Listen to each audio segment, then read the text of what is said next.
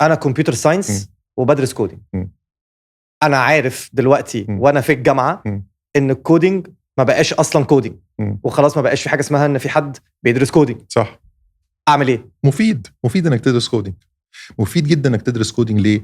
لانه انت شغلتك في المستقبل. اولا بس خليني اديك شويه ارقام.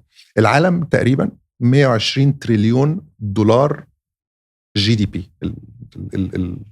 الاقتصاد العالمي كله حوالي 120 تريليون دولار. 60% منه حاجه اسمها knowledge workers يعني ناس بيدفع لها عشان تقول رايها. تمام. مش عامل بيشيل حاجه. اوكي. فاهم قصدي؟ او مش عامل في مصنع، او مش منها الدكتور بيقول رايه. وايت كولر. ماشي. 60% من ال 120 تريليون دولار. الناس دي بيدفع لها عشان تقول رايها. فلو قالت رايها بطريقه اصح، ببيانات اكتر، بادوات اكتر، باسرع، هتبقى احسن. طبعا. كويس. انا دايما بدي مثال العبيط دوت اللي هو بسيط جدا. انت بايع ورد وانا بايع ورد. انت في اول الشارع وانا في اخر الشارع. اوكي. انت عندك ورد احسن مني، تفتح المحل وبتقعد على الكرسي وتقول يا رب ارزقني. انا عندي ويب سايت وعندي موبايل اب وباخد اسامي العملاء وبعمل ديليفري وعندي حاجه موجوده بتاعتي على جوجل مابس وبعمل ديجيتال ماركتنج. مين اللي هيبيع ورد اكتر؟ انا. اكيد. حتى لو الورد بتاعي مش كويس. ليه؟ لاني بستعمل ادوات العالم الحديث.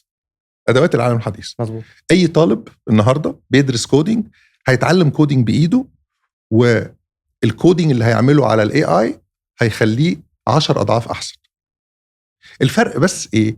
الفرق زمان كان الفروقات ما بين الناس. انا اتخرجت وحضرتك اتخرجت، احنا جيران قصاد بعض. انت بتذاكر وانا بشيش، انت بتذاكر وانا بشيش. اقعد سنه 2 3 10 سنين، هيبقى الفرق بيني وبينك كبير، لانك انت هتبقى احسن مني بكتير قوي. انا ما بشتغلش وانت بتشتغل في اي حاجه، في الرياضه، في المذاكره، في كل حاجه. الفرق بقى انه النهارده لو استعملت الادوات الجديده هتبقى احسن مني ب 40 سنه و50 سنه و100 سنه.